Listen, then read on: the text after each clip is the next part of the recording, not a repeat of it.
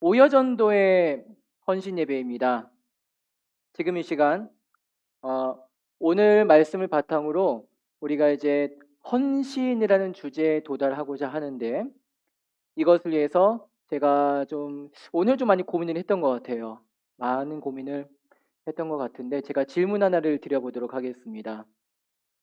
이 시간 이 자리에 계신, 이거 잘 들어보세요. 이 시간 이 자리에 계신 여러분들은 여러분의 자녀가 아기였을 때 그 아기를 안았던 느낌을 기억하고 계십니까? 정말이에요? 수십 년 지났는데도 기억하고 계세요? 그러면요, 이렇게 당연하지, 이런 반응이 지금 왔는데. 자, 부모는 특히 어머니는 기억을 한다고 합니다. 생각으로도 기억을 하지만 몸으로도 기억을 한다고 합니다.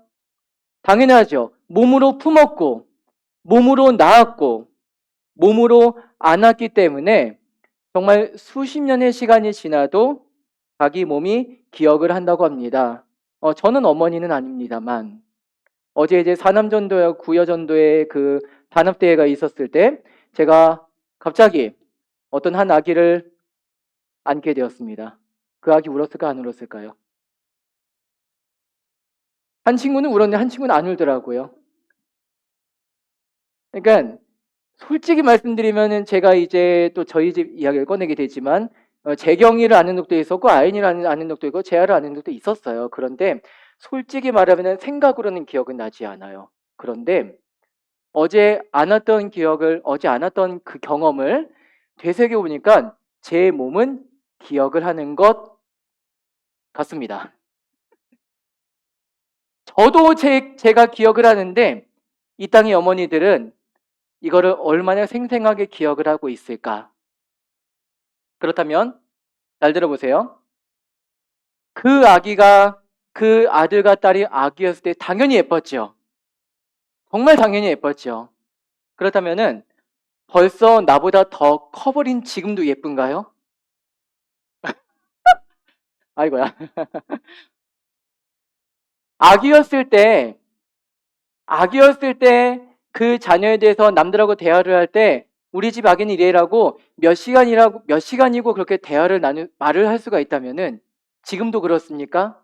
수십 년이 지난 지금도 아기라고 하기엔 너무나 장성을 해버렸고 너무나 독립을 해버렸는데, 그럼에도 불구하고 사실은 그러다 보니까 이런 말도 있지 않습니까? 내가 이 아이를 낳고 미역국을 먹었더라. 옛날에 처음 이제 그 말했던 거하고 정말 성장을 하게 되면서 그때 말하는 건 좀 다르죠? 네, 그럼에도 불구하고, 예, 생각하게 되는 게 있어요. 말하게 되는 건 똑같더라고. 비록 이제 장성해져 버린 아이를 바라보는 마음은 그 아기였을 때 바라보는 마음과는 좀 다르겠지만, 그래도 여전히 그 아이를 향한 마음은 여전히 있다는 것이죠. 그러다 보니까 이 아이에 대해서 말할 수가 있다는 것. 바로 여기서 지금 화면에 글 하나를 보여주셨으면 좋겠습니다. 보이시나요? 네.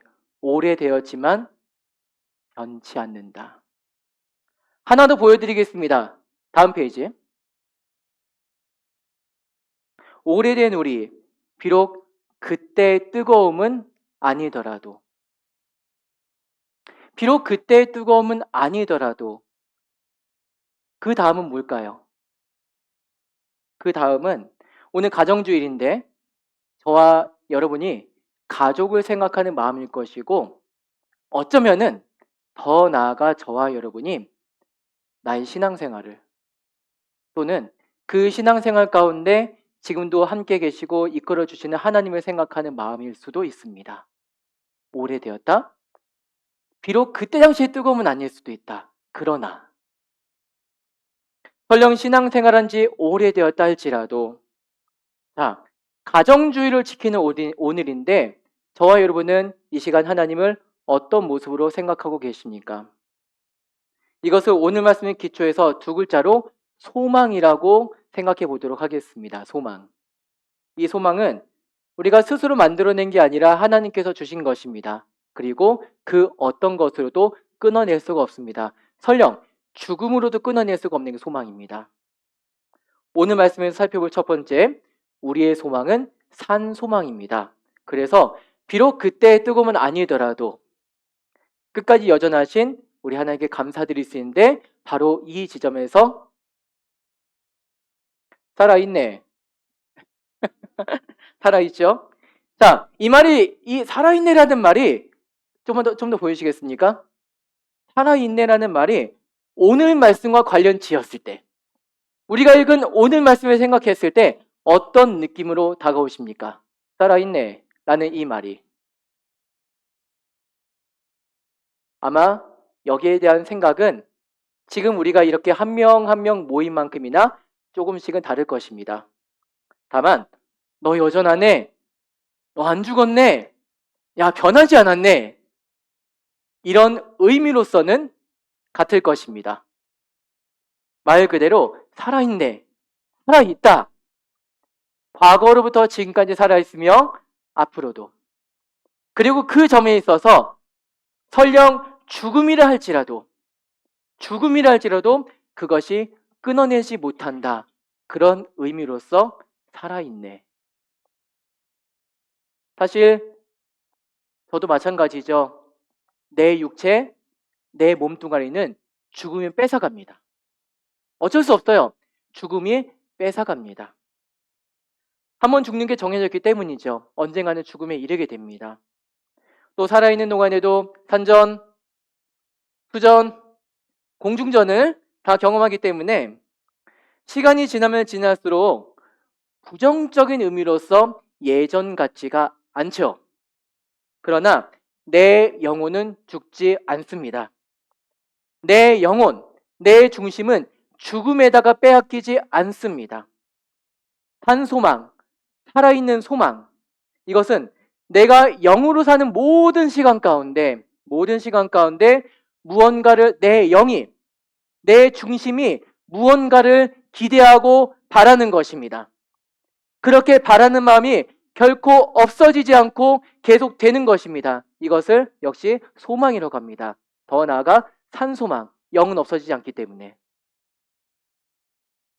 그리고 소망이란 더 나아가 앞서 처음에 말씀드렸던 것처럼 관계적이죠. 마치 부모가 자기 자녀를 생각하는 것처럼, 하나님께서 자기 백성을 생각하는 것처럼, 하나님께서 자기 백성을 생각하는 것, 자기 백성이라 하지만 사실은 나죠. 하나님께서 나를 지금도 생각해 주시는 것, 이것은 우리가 생각하는 것 그 이상입니다.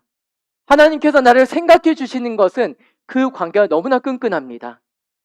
그 끊어지지 않는 관계로서 우리 하나님께서는 저와 여러분을 내 백성이라고 이미 말씀하셨고 지금도 붙들어주고 계십니다.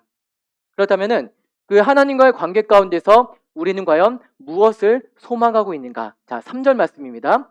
3절 말씀 우리가 같이 읽도록 하겠습니다. 함께 읽겠습니다. 시작. 우리 주 예수 그리스도의 아버지 하나님을 찬송하리로다. 그의 많으신 긍휼대로 예수 그리스도를 죽은 자 가운데서 부활하게 하심으로 말미암아 우리를 거듭나게 하사 산 소망이 있게 하시며. 자, 제가 언젠가 예수님에 관한 위인정의를 제가 2권을 읽었다고 말씀드린 적이 있었을 겁니다. 예수님에 관한 위인정의 2권. 2권 읽었는데 그 결말이 다릅니다. 한 권은 예수님께서 부활하시고 승천하셨다까지 그대로 기록을 했어요. 그런데 다른 한 권은 그 분량도 좀 짧긴 했지만 예수님이 십자가에서 죽으셨다로 끝났습니다. 무슨 차이인지 아시겠죠? 그 위인정에 기록한 사람이 각각 누구인지는 잘은 모르겠습니다만 이 사람들이 각각 하나님을 어떻게 생각하며 하나님과 어떤 관계로 맺어져 있는지에 따라서 예수님의 마지막에 대해 기록한 게 그렇게 서로 달라지지 않았을까? 저는 그렇게 생각합니다. 2000년 전 예수라는 청년이 어느 날 십자가에 못 박혀서 사형을 당해 죽었습니다. 예나 지금이나 수많은 무리들은 그저 사형수 중에 한 명으로서, 특이한 사람으로서, 좋은 사람으로서 그렇게 봅니다. 아, 그래, 예수님 좋은 분이시지. 이 땅의 역사 가운데 본받을 만한 4대 성인 중에 한 분이시지. 그런데 그걸로 끝입니다. 그냥 위인이다, 성인이다. 근데 그 이상은 없습니다. 나하고 직접적인 관계가 없습니다. 끝인 거예요. 그게 수많은 무리들의 생각입니다. 그러나 그 중에서 저와 여러분처럼 하나님께서 내 백성이라고 부르신 사람들의 생각은 다르죠. 그래서 3절 말씀을 보시면은 예수님을 무엇라고 부르느냐? 우리의 주라고 부르십니다. 우리 주, 예수 그리스도. 주, 주님, 주인. 내 모든 것에 관해서 권한을 가진 상전, 예수 그리스도. 하나님께서 우리를 내 백성이라고 부르셨기 때문에 아들이시며 구원자신 예수님을 나의 주라고, 나의 주인이라고, 나의 모든 것을 책임져 주시는 권한을 가지신 상전이라고 신앙 고백을 하는 것입니다. 그리고 앞서 찬양으로 영광 올려드린 것처럼 예수의 이름은 세상의 소망이며 천국의 기쁨이 되는 줄을 믿습니다. 자, 그런데 말씀을 준비하면서 한 가지 좀 발칙한 상상을 좀 해봤습니다. 왜 발칙한 상상이냐면은 결코 그럴 수는 없겠습니다만 이렇게 설교하는 중간에 어떤 사람이 저에게 뛰어오는 상상을 해봤습니다. 귓속에 보청장치가 달려 있습니다. 이게 아니고요. 어떤 거냐면은 갑자기 나와서 저한테 지겹다는 표정을 이렇게 물어봤다고 생각해 봅시다. 이렇게 뛰어와서 누군가가 목사님, 다 아는 얘기고 더 이상 새롭게 없는 이야기인데 왜 그렇게 지루하게 또 그 이야기를 하시는 겁니까?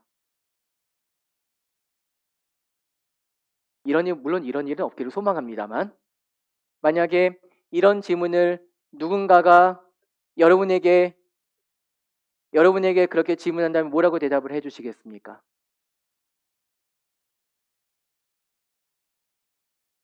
저는 그 사람에게 이렇게 대답을 해주고 싶습니다. 네, 성도님, 좋은 질문입니다.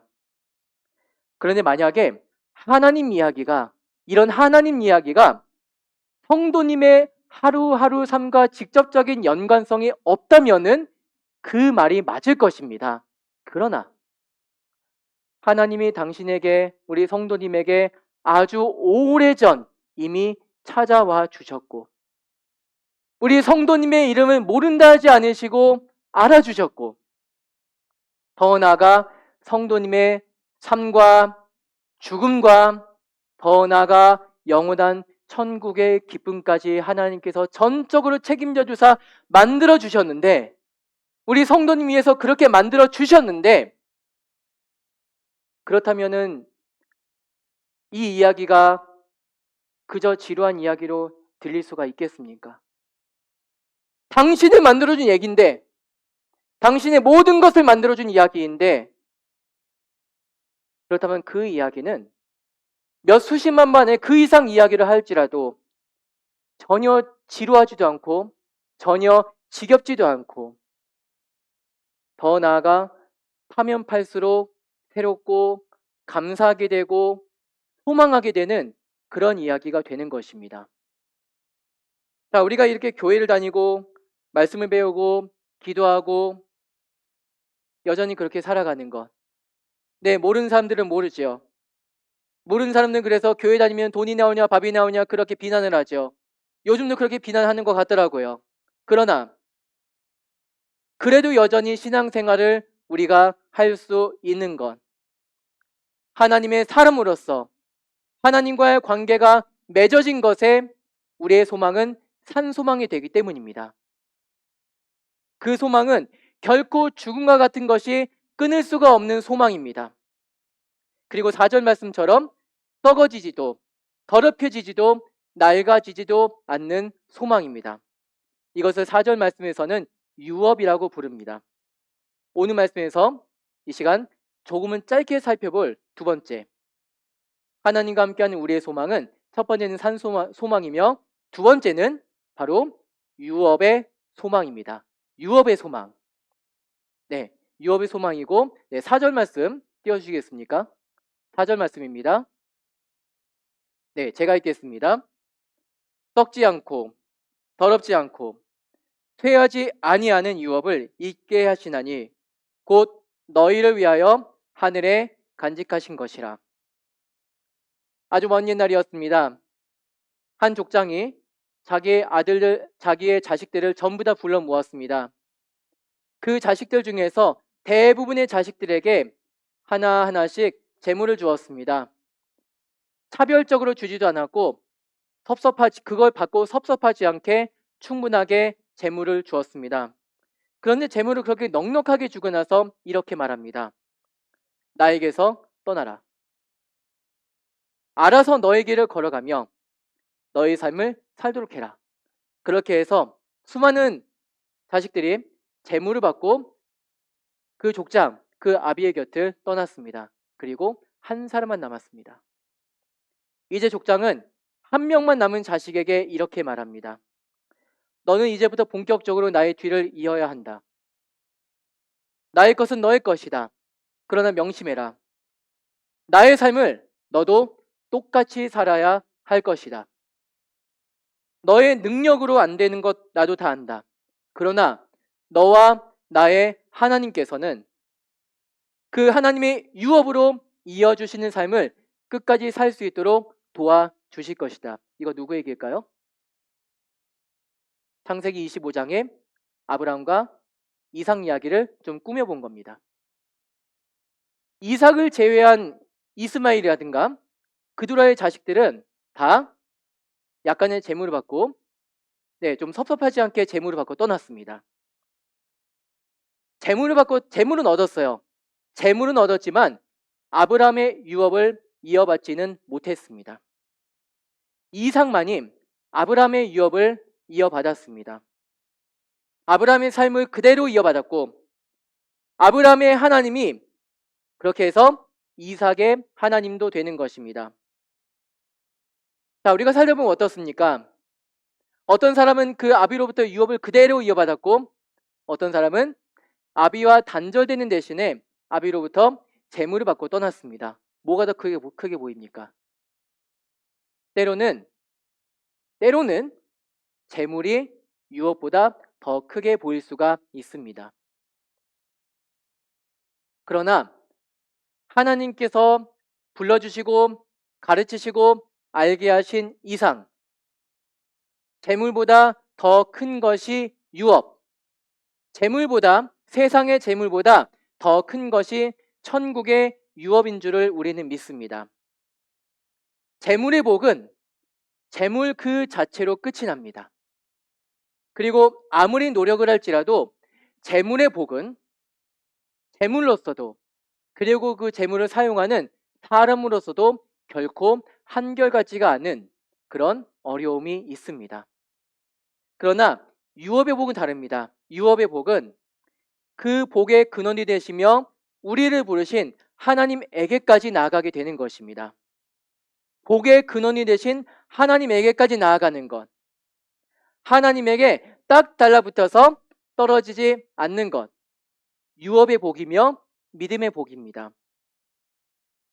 그래서 이렇게 하나님에게 딱 달라붙어 있으면은 나 어느 곳에 있든지 하나님에게서 결코 떨어져 나가지가 않습니다.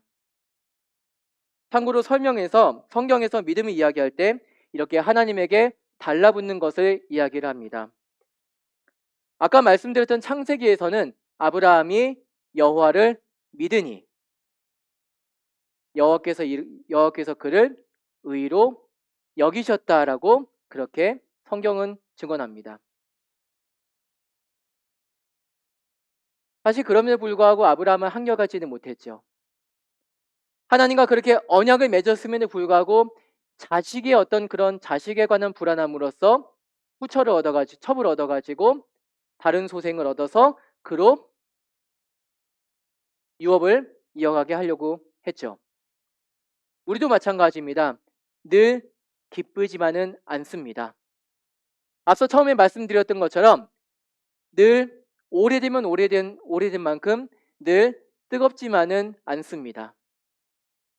그 반대급부로 의심, 때로는 두려움, 때로는 갈등이 순간순간 엄습을 합니다.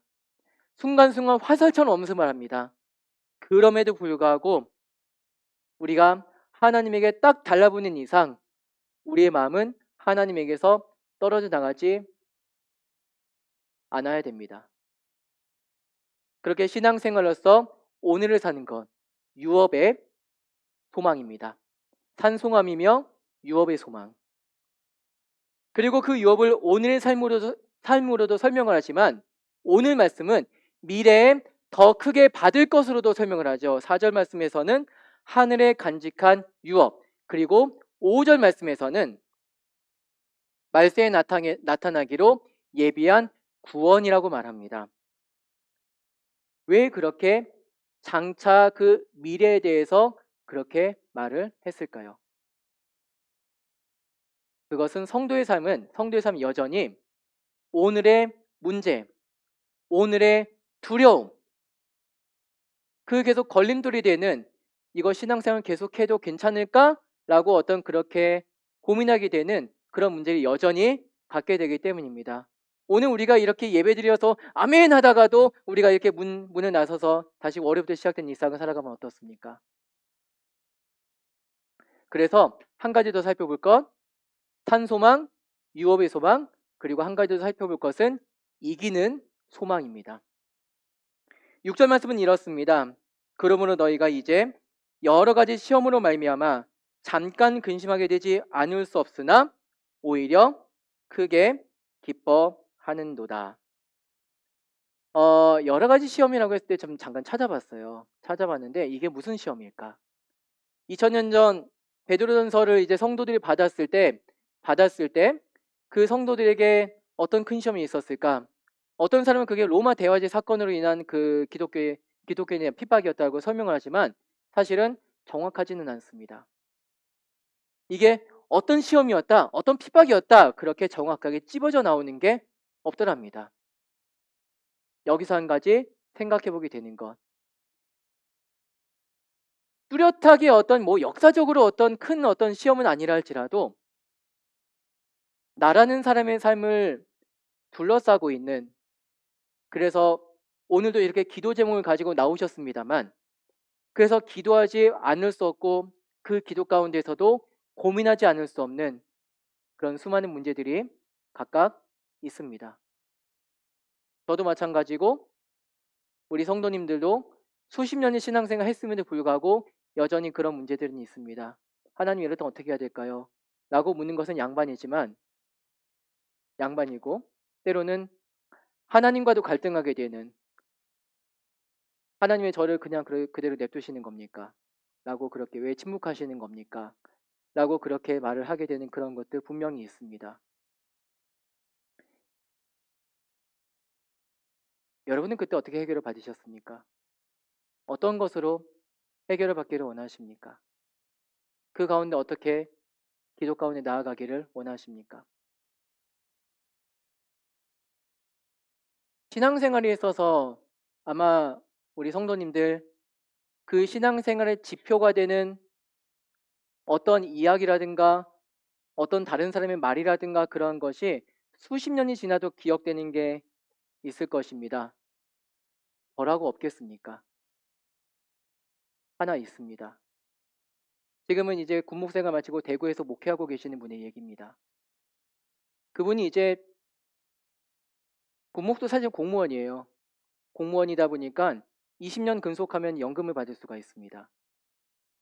지금은 이제 목회자 종교인도 이제 세금을 무니까 어떻게 되는지는 모르겠습니다만, 그런데 그 목사님 같은 경우는 군대를 좀 여러 가지 상황이 좀 안 좋아가지고 늦게 들어갔어요. 원래 들어가야 될 나이보다도 더 늦게 들어가다 보니까 남들처럼 정상적으로 대위, 소령 이렇게 진급을 해도 이분이 연금 못 받는 거라. 중령까지 올라가야지 그래도 연금 들어갈 수 있는데 연금을 받을 수 있는 기회 자체가 이분은 없는 거예요. 그것 때문에 한동안 스트레스를 받으셨던 모양이에요. 그게 벌써 지금으로부터 10몇 년 전 얘기인데, 근데 그 선배 목사님이 어느 날 저를 비롯한 후배 목사님들 불러놓고 이런 말을 하더랍니다. 내가 하나님의 음성을 들었다. 내가 너의 연금이다.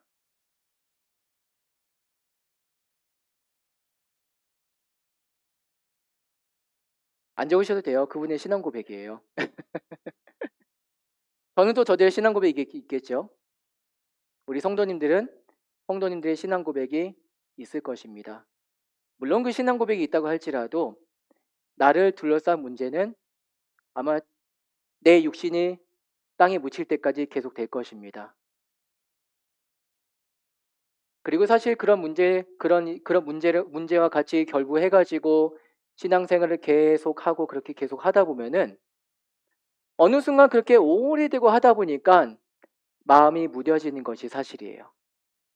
마음도 무뎌지고 늘 레파토리도 거의 비슷한 것 같고, 그러나 이런 말로써 저는 끝을 맺고 싶습니다. 하나님은 여전히 나의 하나님이시다. 그것만으로도 저와 여러분의 삶이 비록 오래돼서 뜨거움과는 좀 거리가 있을지라도 이 오늘의 말씀 가운데서 이 6절 말씀의 그 마지막처럼 잠깐 근심하지 않을 수 없으나 도리어 다시 한번 기뻐할 수 있는, 다시 한번 그 기쁨의 감정까지는 아니더라도 위로가 되어질 수 있는, 거기까지 도달했으면 좋겠습니다. 이것이 오늘 말씀 가운데서 우리가 얻어내게 되는 헌신의 근거가 되는 것입니다. 우리 함께 찬양할까요? 찬양하는 가운데 우리가 이 시간 함께 고백했으면 좋겠습니다.